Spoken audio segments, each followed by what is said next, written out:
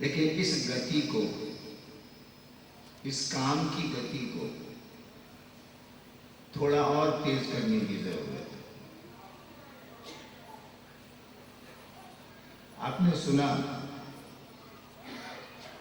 कि इस साल यानी 2013 में उत्तर प्रदेश के पूर्वांचल, बिहार, बंगाल, झारखंड और उड़ीसा,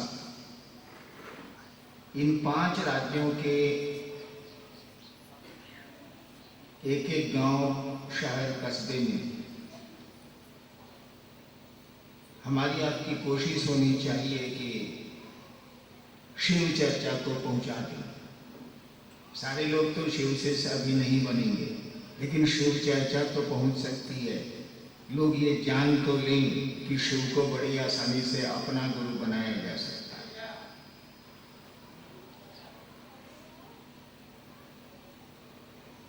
पूरे देश में तो हम लोगों ने सोचा है कि 3 साल का वक्त लेंगे हम लोग कि देश के हर एक गांव, शहर, कस्बे में शिव चर्चा को पहुंचा दें 2015 के दिसंबर तक। उस काम में भी आपकी भागीदारी चाहिए, सहभागिता चाहिए। लेकिन जो लोग अपनी जगह से दूर नहीं जा सकते, अपने जिले से बाहर नहीं जा सकते, उनको चाहिए कि इस काम को अपने जिले में, अपने राज्य में पूरा कर लें, ताकि इन 5 राज्यों में, पूरा राज्य तो उत्तर प्रदेश का नहीं होगा, कम से कम पूर्वांचल तो हो ही जाएगा, हम लोग शिव गुरु की चर्चा पहुंचा देंगे। अब तो बड़ी अच्छी स्थिति है आपके जिले की। बहुत पहले मैं गया था मुगलसराय शिव चर्चा। मुगलसराय बनारस तो बहुत गया हूँ। जब स्मशान साधना करना था तो खूब जाता था बनारस। लेकिन शिव चर्चा में पहली बार जब मैं मुगलसराय गया था और बड़ी गर्मी थी, महोत्सव था मुगलसराय में, तो महोत्सव के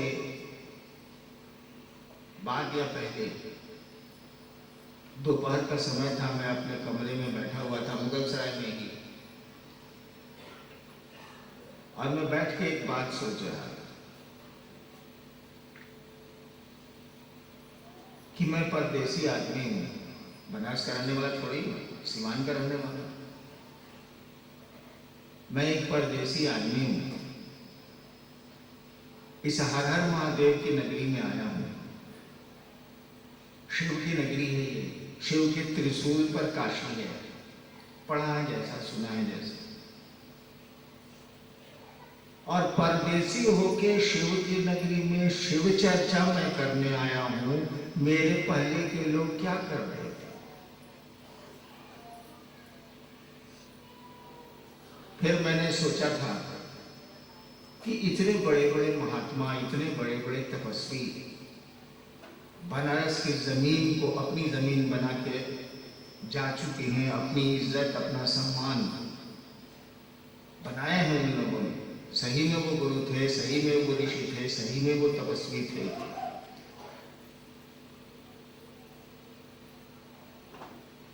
कुछ लोग बनारस के रहने वाले थे, कुछ लोग दक्षिण भारत के थे, कुछ लोग बाहर के थे, सभी आए बनारस, रहे भी बनारस, और उस शिव की नगरी में रह के प्रतिष्ठा भी बड़ी कमाई। हिंदुस्तान उनको जानता है, बल्कि दुनिया भी जानती है। लेकिन किसी ने शिव गुरु की बात नहीं कही, कहीं अपनी बात कह के चले गए, अपने सिद्धांत, अपनी साधना, अपनी पूजा पद्धतियां ये दे के चले गए। शिव की नगरी में आए थे, कम से कम शिव की बात तो कर जाते। और मैंने कहा था, प्रोफेसर साहब मेरे बगल में हैं, शायद हैं, वहां हैं, ये आके मेरे बगल में बैठे थे, मैं चुपचाप सोच रहा था। हमने कहा था कि क्या विडंबना, तीनों ने कहा कि क्या साहब, क्या विडम्बना, क्या वो सोच रहे हैं साहब? दोपहर का समय, 2:30-3 बजे। हमने कहा देखिए हम लोग तो परदेसी ठहरे, बनारस के नहीं हैं, तब भी इस क्षेत्र में आए हैं शिव चर्चा करने, उस शिव की चर्चा करने जिसकी ये नगरी है, जहाँ नारा दिया जाता है हर हर महादेव का। और कितनी बड़ी बड़ी विभूतियां यहाँ आई हैं, बड़े बड़े लोग आए हैं, नाम क्यों गिनाए, और किसी ने शिव का नाम उजागर नहीं किया। ये विडंबना नहीं तो और क्या है? इस काम को आप कर रहे हैं, सच में आप प्रणाम के योग्य हैं। उन तपस्वी, वो तपस्वी प्रणाम के योग्य मेरे लिए हो या नहीं हो, आप तो जरूर प्रणाम के योग्य हैं, क्योंकि आपने शिव गुरु की चर्चा उस वाराणसी में छेड़ी है। चंदौली और वाराणसी तो एक ही जिला रहा है, कभी आपने दो हुआ। अब आप धन्य हुए हैं और धन्य कर रहे हैं उस वाराणसी की नगरी को, उस बनारस को, उस काशी को। मैंने कहा मैंने सोचा था, ये बातें मैंने सोची थी मुगलसराय में। आपको ये पता है कि ये शिव शिष्यता चली कैसे? ये जो पूरी दुनिया में शिव की शिष्यता चल रही है, इसकी शुरुआत कैसे हुई है, किस कारण से हुई है, कौन सी घटना घटी थी जो हुई है? कुछ नहीं हुआ।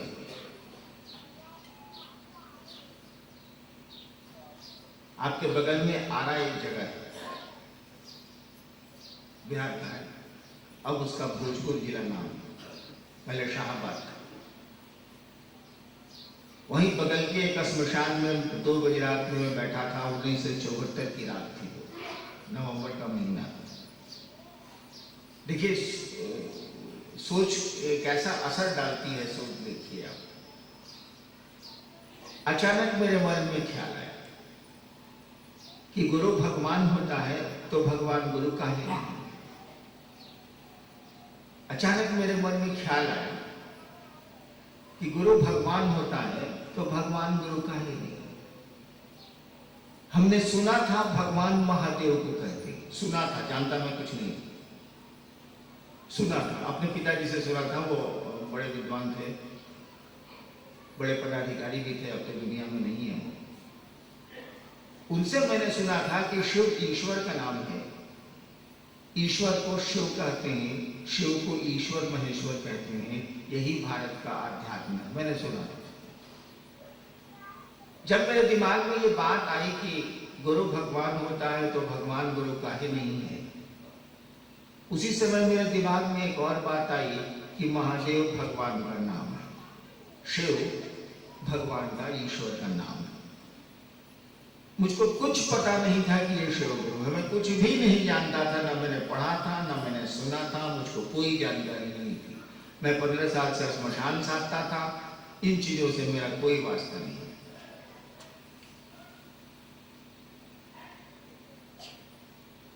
और मैंने शिव को गुरु मान लिया, गुरु समझ के नहीं, गुरु तो मैं जानता ही नहीं था, तो समझूंगा क्या, भगवान समझ। और बस यही है शिव शिष्यता की शुरुआत। मान लिया तो मान लिया, रिश्ते बना लिए तो बना लिए, संबंध बना लिया तो बना लिया। संबंध तो मन ही बनाएगा ना, शरीर तो बनाता नहीं।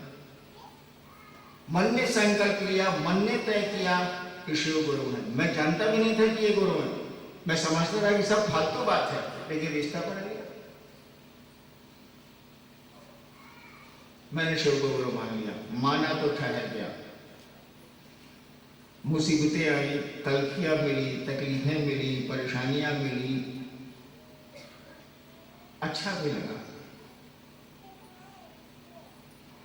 और 8 साल बीत गया, मैंने किसी को नहीं कहा कि शिव गुरु, मैं तो जानता ही नहीं था कि शिव गुरु है, लेकिन लक्षण से और नतीजे से और रिजल्ट से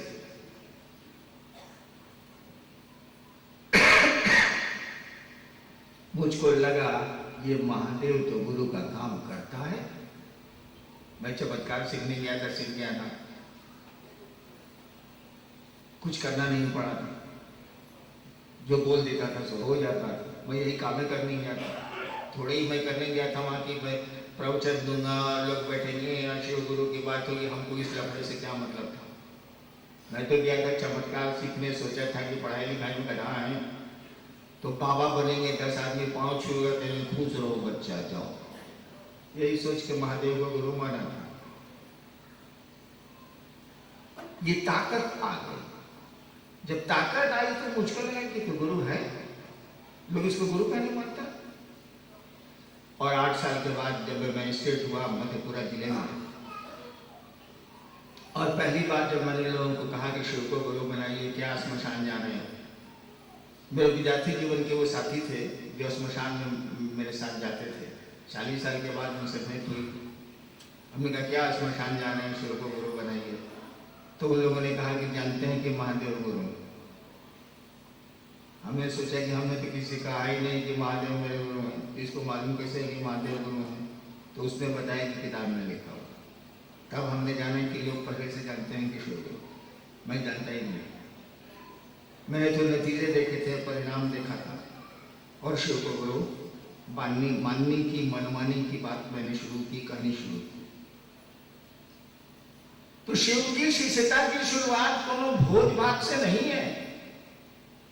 शिव की शिष्यता की शुरुआत कोई अनुष्ठान और प्रवचन से नहीं है। अभी जो शिव शिष्यता चल रही है आपके बीच में, इसकी शुरुआत मात्र सोचने से हुई थी। मात्र मैंने सोचा था, लेकिन सोच पर मैं खड़ा रह गया था कि जे होई से देखो जाए, अब तो महादेव के गुरु मानिए ले बने। तो देखा जाए जो हुआ सो हुआ, नतीजे बढ़िया है। भाई चलिएगा तो पाँव नहीं दुखेगा, पहाड़ चढ़िएगा तो पाँव में तो दर्द होंगे कि नहीं होंगे, पसीने आएंगे कि नहीं आएंगे, लेकिन चढ़ तो जाइएगा। चढ़ जाइएगा तो ऊपर में बड़ी ठंडी हवा चलती है। तो ये सोच का परिणाम है। आप सोच भी नहीं सकते हैं कि जगत के लोग शिव को अपना गुरु मान लें, दुनिया के लोग शिव को अपना गुरु मान लें। ये सोचने का असर है भाई साहब। वो शिव सोचता है, उसने सोचा और पूरी सृष्टि की उत्पत्ति, स्थिति और लय का काम चल रहा है। उसने सोचा बारे और कुछ नहीं किया उसने। तो हम लोग सोचने से भी गए, सोच तो सकते ही है ना, और करना तो है ही, लोग कर ही रहे हैं, लेकिन अपनी सोच को तो बड़ा करना होगा ना। अभी तो मैं आपसे पूछ रहा हूं कि भैया आपके वाराणसी जिले में शिव चर्चा की क्या स्थिति है, चंदौली में शिव चर्चा की क्या स्थिति है। आपसे ये नहीं पूछा जाना चाहिए। आपसे पूछा जाना चाहिए कि पूरी दुनिया में शिव चर्चा की क्या स्थिति है, क्योंकि आप शिव के शिष्य हैं, वाराणसी के चेला नहीं है आप, चंदौली के शिष्य नहीं है आप। मैं बिहार झारखंड का चेला नहीं हूं, मैं शिव का चेला हूं, शिव बड़े गुरु है। तो सूचना शिव के बारे में पूरी की पूरी ने कोई पूछेगा, लेकिन क्या करिएगा, अभी बात बहुत दूर तक हम लोगों ने फैलाई नहीं है, फैली नहीं है ये बात, इसीलिए पूछना पड़ता। अरे ये स्थिति लाइए कि आपसे पूरी दुनिया का हाल समाचार लोग ले, सोनभद्र और ये वाराणसी और ये जौनपुर और चंदौली नहीं हो, आपसे बिहार और यूपी के समाचार नहीं लिए जाए, पूरी दुनिया का समाचार लिया जाए कि शिव की चर्चा की पूरी दुनिया में क्या स्थिति है। भाई साहब बताइए क्या हो रहा है और क्यों नहीं हो रहा है। अगर नहीं हो रहा है तो एक एक की जिम्मेवारी, हम लोग महादेव के चेला हैं, किसी जगह के तो चेला नहीं। शिव तो संसार का है, उसकी पूरी दुनिया है, तो इस काम को करो। जहां तक रांची में संगोष्ठी बुलाने का सवाल, यहां आपको बुलाया जाता है, देखिए मैं समझता हूं आपको आने में परेशानी होती, आपके पैसे खर्च होते, लेकिन हम लोगों के साथ भी बड़ी लाचारी है। आप यहाँ संगोष्ठी बुलाएंगे तो संगोष्ठी हो ही नहीं सकती, इतने लोग आ जाएंगे कि व्यवस्था ही मुश्किल हो जाएगी, वो बड़ा सा महोत्सव हो जाएगा। किसको रोकेंगे आप, किसको मना करेंगे आप। ये लाचारी है, ये विवशता है, इसीलिए मजबूरन हम लोगों को संगोष्ठी रांची में बुलानी पड़ती है। क्या करेंगे, आदमी लाचार हो जाता है कभी कभी स्थान और समय से, परिस्थितियों से। इस काम को करवाया। 2013 में तो आपको पूर्वांचल के एक एक गांव, एक एक शहर में शिव चर्चा को पहुंचा देना। उसके बाद आप ही को पहुंचाना है पूरे देश के गांव गांव में। आप में हम भी शामिल, उसमें हम भी शामिल, सबको ही शामिल। 2015 तक पूरे देश के गांव शहर कस्बे में पहुंचा देना है शिव चर्चा को। 2015 के दिसंबर में बताएंगे आगे क्या करना, पहले इतना तो करें। 2013 तक होगा कि नहीं होगा, फिर कहेंगे आप लोग कि 50% तो सर हुआ है, 50% अभी बाकी है सर, कि कोरिया बोली से होगा। करना है, इसको करिए। जिज्ञासा भी है सर? अच्छा, जिज्ञासा आई है, हम देखते हैं।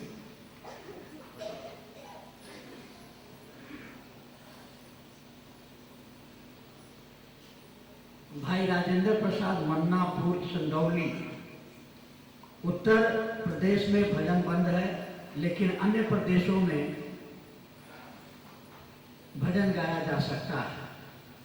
मैंने चर्चा करने दिल्ली, मुंबई, महाराष्ट्र और गुजरात में किए। गुजरात में अच्छा जुड़ाव मिला। मैं साहब और दीदी से आशीर्वाद चाहता हूँ कि चर्चा करने में मेरी मदद करें। उत्तर प्रदेश में भजन बंद नहीं, तुमको मालूम है? तो खबर कर दे। मुझे खबर नहीं दे रहे हैं, मतलब चाहते हैं कि चालू हो जाए, कर दिए चालू, मेरे बात का क्या। भजन से दुश्मनी मुझको नहीं है भाई साहब। अभी तो इस मंच से भी भजन हो रहे हैं, दुश्मनी थोड़ी है। लेकिन मैंने जो देखा उत्तर प्रदेश में शिव चर्चाओं में जब भजन होते तो मां बहनें बिल्कुल झूठ मूठ का भूत खेली करती, सचमुच का नहीं। मन मजबूत हो जाती, सब नहीं होता, भूत खेली करती। इससे भी मुझको कोई एतराज नहीं।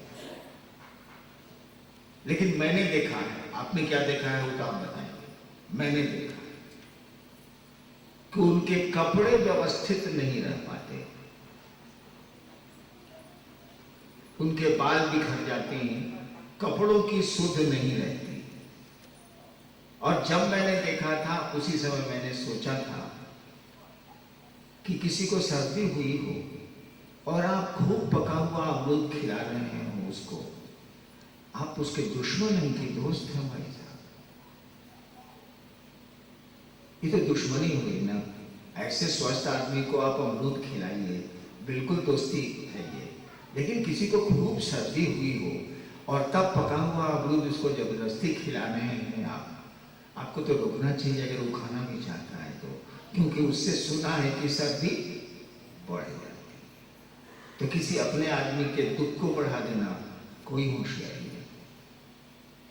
मुझको नहीं अच्छा लगा कि हम मेरी आंखों के सामने माँ बहनें अपने कपड़े इधर उधर कर लें, बाल खोल लें, झूमें। माँ बहन की ये स्थिति मुझको अच्छी नहीं लगी। और मैंने कहा उत्तर प्रदेश में भजन को बंद कर दिया, हमेशा के लिए नहीं। जब ये स्थिति सुधर जाएगी तो फिर भजन क्यों रोका जाएगा? और अगर आप समझते हैं कि भजन से व्यक्ति के मन में परिमार्जन होता है, अगर आप समझते हैं कि कीर्तन और भजन क्या चीज है? अरे गीत है जो ईश्वर और भगवान के प्रति गाया जाता है, दैट इज कॉल्ड भजन। गीत ही है ना वो। तो गीत तो जब से सृष्टि है, जब से आदमी है, तब से गुनगुनाना, सभी अपनी भाषाओं में। आज से गीत चल रहे हैं, आज से भजन चल रहे हैं, लेकिन आदमी के मन में कोई परिवर्तन आया क्या? कोई परिवर्तन नहीं आया। एक सही घटना मैं सुनाता हूं। सुपौल का एक आदमी जा रहा था रामलीला देखने को, सुपौल बिहार के जिला। एक आदमी रामलीला देखने को जा रहा था। पहले रामलीलाएं बहुत होती थी, राम कथाएं, रामलीलाएं। उधर से एक आदमी रामलीला देख के आ रहा था। दोनों एक ही गांव के थे। उसने पूछा, भाई साहब कहाँ जा रहे हैं? जाने वाले ने कहा रामलीला में जाना। आने वाले ने कहा जी रामलीला से तो हम आ रहे हैं, खत्म हो गया। तो इस आदमी ने पूछा कि रामलीला में हुआ क्या? तो वो बोलने लगा कि क्या महाराज जी बोले, भरत और राम के प्रेम पर और इका के वो आने वाला आदमी रोने लगा फपक फप के, भरत और राम की मित्र के भाई भातृ प्रेम को बोल के वो रोने लगे। जाने जो जा रहा था उसने पूछा, ओ भाई जी आप इधर जा रहे हैं, गांव आपका इधर है? लगा आज कचहरी में डेट है ना, आज भैया का हम गाड़े फड़िए देंगे। लीजिए, अभी भरत और राम के प्रेम पर रो रहा है, यही भजन का कथा का असर है। अब तू उसको कह रहा है कि जा रहे हैं कचहरी, आज तारीख भाई भाई मुकदमा था तारीख। इन चीजों को आज के इंसान पर प्रभाव नहीं है, 1 से 2 मिनट तक होता है। जितनी देर सुनते हैं उतनी ही देर तक प्रभाव होता है, इससे ज्यादा नहीं होता। तो इनसे परिवर्तन नहीं होगा। परिवर्तन तभी होगा जब आप चर्चाएं करेंगे। जब तक आप समझेंगे नहीं कि शिव गुरु है, तब तक आप शिष्य हो ही नहीं सकते। कैसे बनिएगा? बोली से कोई चेला होता है, बोली से कोई पति होता है, बोली से कोई भाई होता है कि मन से होता है, समझ से होता है। हॉस्पिटल में तो नर्स को हम लोग सिस्टर बोलते हैं, सिस्टर समझते हैं क्या? कहां समझते हैं? बोलते हैं सिस्टर, सिस्टर समझते नहीं। तो बोली से रिश्ता थोड़ा ही बनता। हम कहते हैं कि शिव मेरे गुरु है, कंगन बांध लें, इससे शिव मेरे गुरु थोड़ा ही हो जाए। अरे जब तक आप समझिएगा नहीं कि कोई आपका बेटा है, आप बाप बन ही नहीं सकते। जब तक आप समझिएगा नहीं कि कोई मेरी माँ है, आप बेटा बन ही नहीं सकते। एक आदमी समझ खो देता है, अपनी माँ को मारता है, उसका फिर इलाज होता है। और जब समझने लगता है कि मेरी माँ है, तब उसको आदर देता है, उसको प्यार करता है। समझ खो जाती है तो आप कहते पढ़ाई बताए, माई बाप जी के गुरु को मारता, पकड़ते, देखिए समझ खत्म हो गई। ठीक उसी तरह से जब तक ये समझ नहीं आएगी कि शिव मेरे गुरु हैं, आप शिष्य हो ही नहीं सकते। आपके गुरु ने कहा इसी समझ के लिए दूसरे को समझाओ, इसी समझ के लिए कि तुमको समझ आ जाए। समझ बने ज्ञान। सुनते हैं ना कि ज्ञान मिला भगवान बुद्ध को। ज्ञान बने कौन चीज?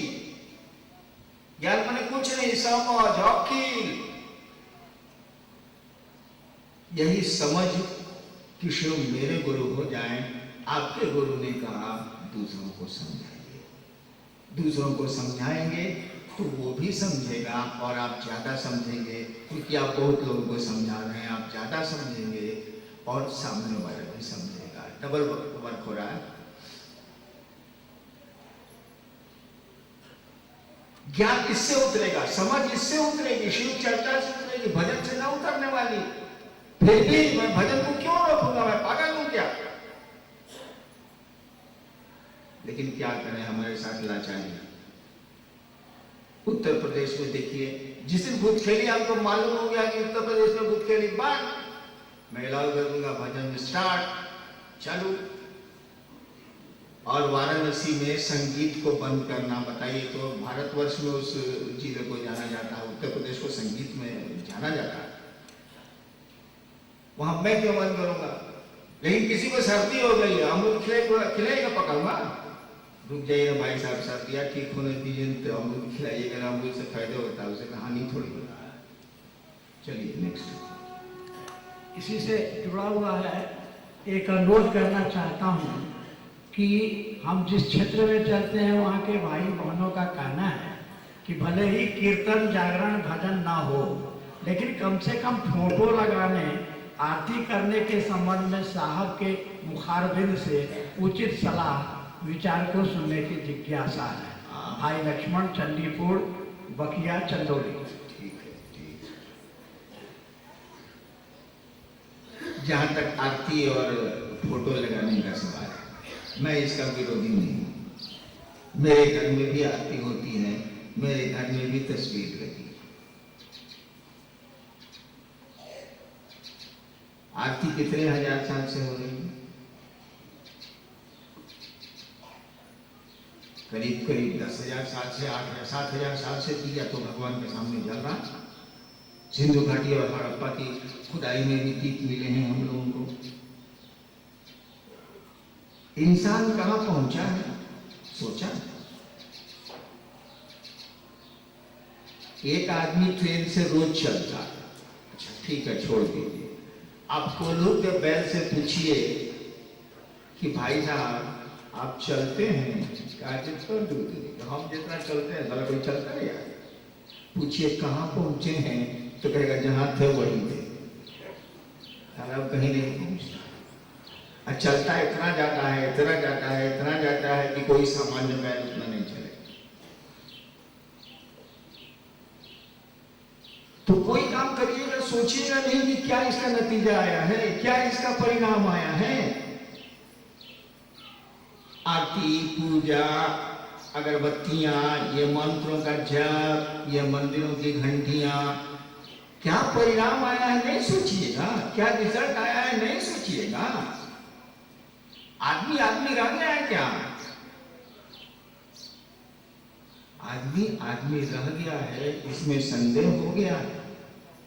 आदमी का शरीर तो जरूर है, लेकिन आदमी का मन नहीं है हम लोगों के पास। हम लोग जानवरों से नीचे गिरे हैं। क्या असर पड़ रहा है? एक आदमी रोज गांजा पीता और आके घर में अपनी पत्नी को अंट संट बोलता, तो देवर उसका या घर वाला बोलेगा ना कि दिन भर गजेड़ी के साथ रहेगा तो करिएगा ना भौजाई के साथ छोड़ो कर, दिन भर गजेड़ी के साथ बैठ के गांजा पी। हम देखिए संगति का गुण होता है। बच्चे जब खराब संगति में जाते हैं तो हम लोग मना करते हैं कि बाबू वो लड़के अच्छे नहीं हैं, तुम ये घर में खेलो, घर में पढ़ो, रोकते हैं क्योंकि संगति का असर पड़ता है। संसर्गात गुणा दोषा, संसर्ग से गुण दोष होते हैं। इतने दिनों से हम लोग भगवान का संसर्ग कर रहे हैं, इतने दिनों से राम, हनुमान और महादेव और भगवती की पूजा हो रही है। इनके साथ हम लोग तो बहुत सी बहनों की साड़ी में आग लग गई। आप एक जगह की बात करते हैं, मुझको खबर पूरे देश की होती है। कई जगह गुरु बहन के साड़ी में आग लग गई। नेपाल में आरती का वो जो रुई का जलता हुआ हिस्सा होता है, बच्चे की आंख पे गिर गया। बच्चा आरती लेना चाह रहा था, आंखों पे गिर गया, थाली पकड़ा के उसकी आंख फूट गई, एक आंख उसकी खत्म हो गई। ऐसा चाहते हैं तो जरूर देखिएगा। किसी के बहन की साड़ी में आग लग जाए, आपको खुशी होती है, इस काम को जरूर करिएगा। किसी बच्चे की आंख आपके आरती की गिरने से फूट जाए, इस काम को अगर अच्छा लगता है तो जरूर करिएगा। हम नहीं होंगे, लेकिन आपको अच्छा लगता है तो मैं क्या कर सकता हूँ आपके लिए। अरे आरती करनी है घर में करें, भिड़वा में क्या करते हैं? भीड़ में तो बहुत भीड़ हो जाती है ना, अव्यवस्था हो जाती है, कोई जल सकता है, कोई कुछ हो सकता है। जहां तक फोटो रखने का सवाल है, फोटो मेरे घर में भी है।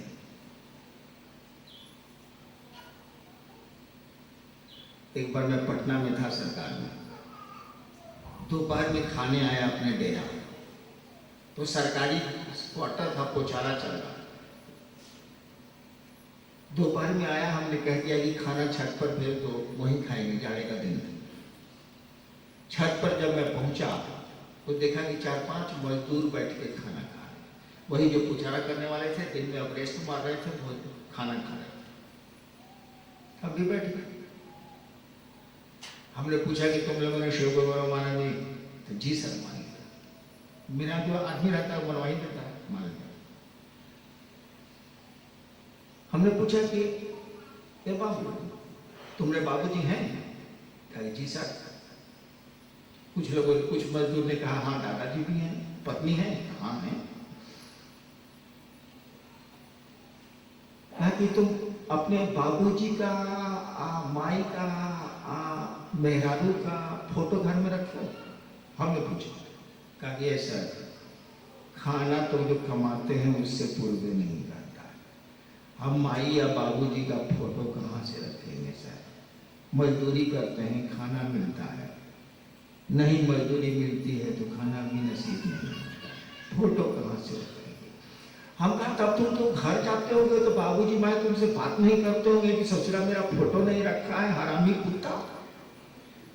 कि नहीं सर, बड़ी मानते हैं लोग, ऐसा थोड़े है सर कि फोटो रखेंगे तब बाप माई मानेगा।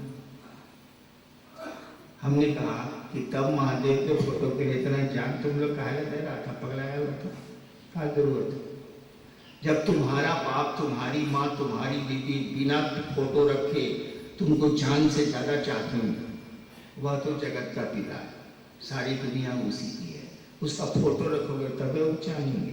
पगलाव नहीं है, पैसा हो तो जरूर रखो, पैसा नहीं रखो कोई इसकी जरूरत ही नहीं है कि वह महादेव तस्वीरों से बहुत ऊपर। बाबूजी के फोटो से 5 रुपया मांगा था, अपना बाबूजी का फोटो से 5 रुपया मांग के ले आओ, सारी जिंदगी भर ना बाबूजी से मांगो तो 5 ना तो 2 रुपया तो जरूर मिल जाए। लेकिन पिता की तस्वीर है तो उसको इज्जत नहीं दीजिएगा, उस पर लात मारिएगा, ये कौन तरीका? बढ़िया से रखिए। तो फोटो रखने में हमको कोई दिक्कत नहीं है, रखिए आप।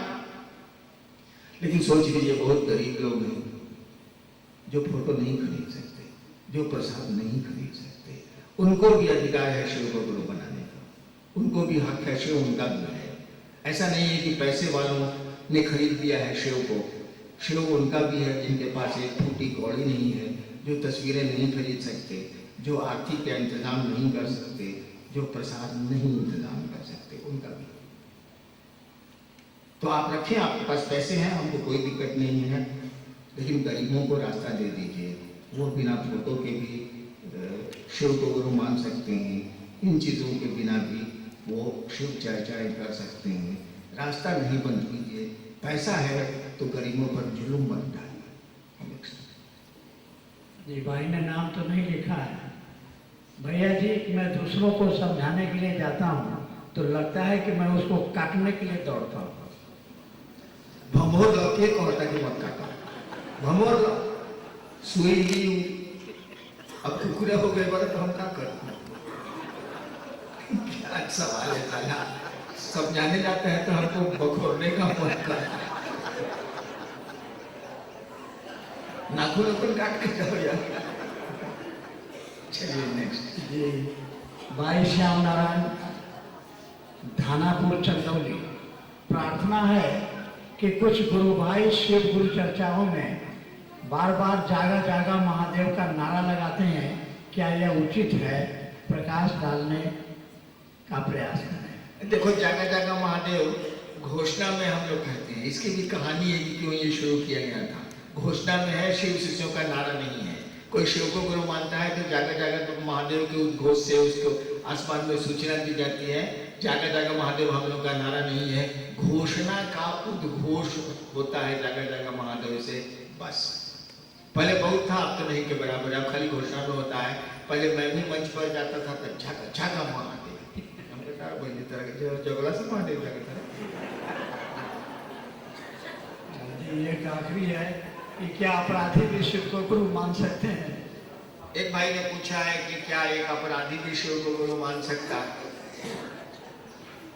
देखिए भाई साहब, आपका वो महादेव हो या नहीं हो, हमारा वो शिव हो या नहीं हो, उस शिव के तो सभी हैं। हमारी तो बीवी है, हमारे बच्चे हैं, हमारी दौलत है, हमारा सम्मान है, हमारे पैसे हैं। शिव नहीं भी हो सकता है, नहीं ही है, जरूरत पड़ती है तो है। हम लोग बिजनेसमैन हैं, काम पड़ता है तो है, लेकिन शिव के तो सभी हैं भाई साहब। अगर वो ना होगा तो हम आप ना होंगे, सृष्टि नहीं होगी, संसार नहीं होगा। वो है, मेरी समझ से है। तो अपराधी क्या और निरपराधी क्या, निर्धन क्या और धनी क्या, समुद्र के मछुआरे क्या और महलों में रहने वाले क्या, सभी तो उसके। वो भिखमंगा भी उसी का है और बड़ी गाड़ियों में चलने वाला भी उसी का है। दोनों उसी की रचना है, और अपनी रचना से सबको प्रेम होता है, अपनी संतान से सबको प्रेम होता है। तो अपराधी शिव को गुरु नहीं मान सकता क्या? अजीब हाल है।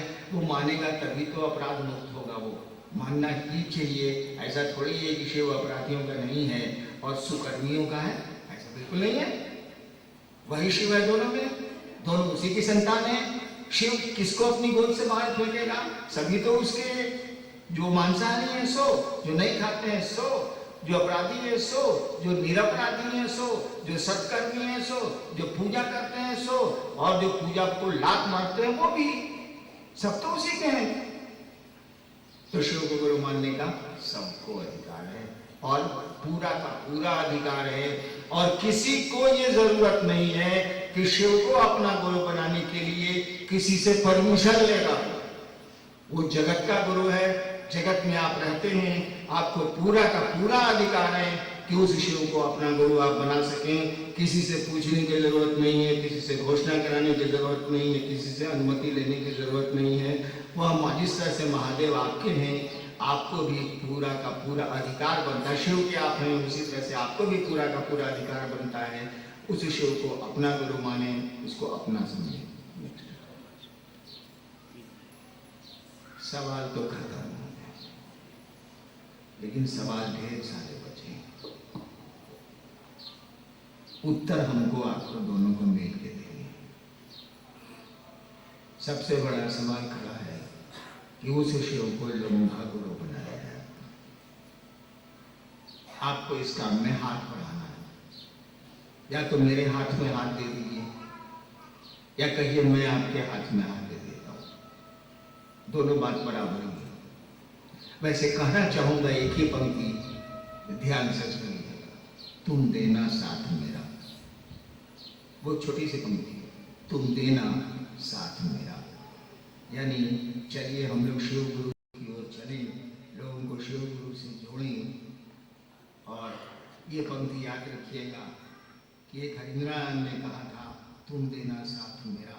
आप सबों को मेरा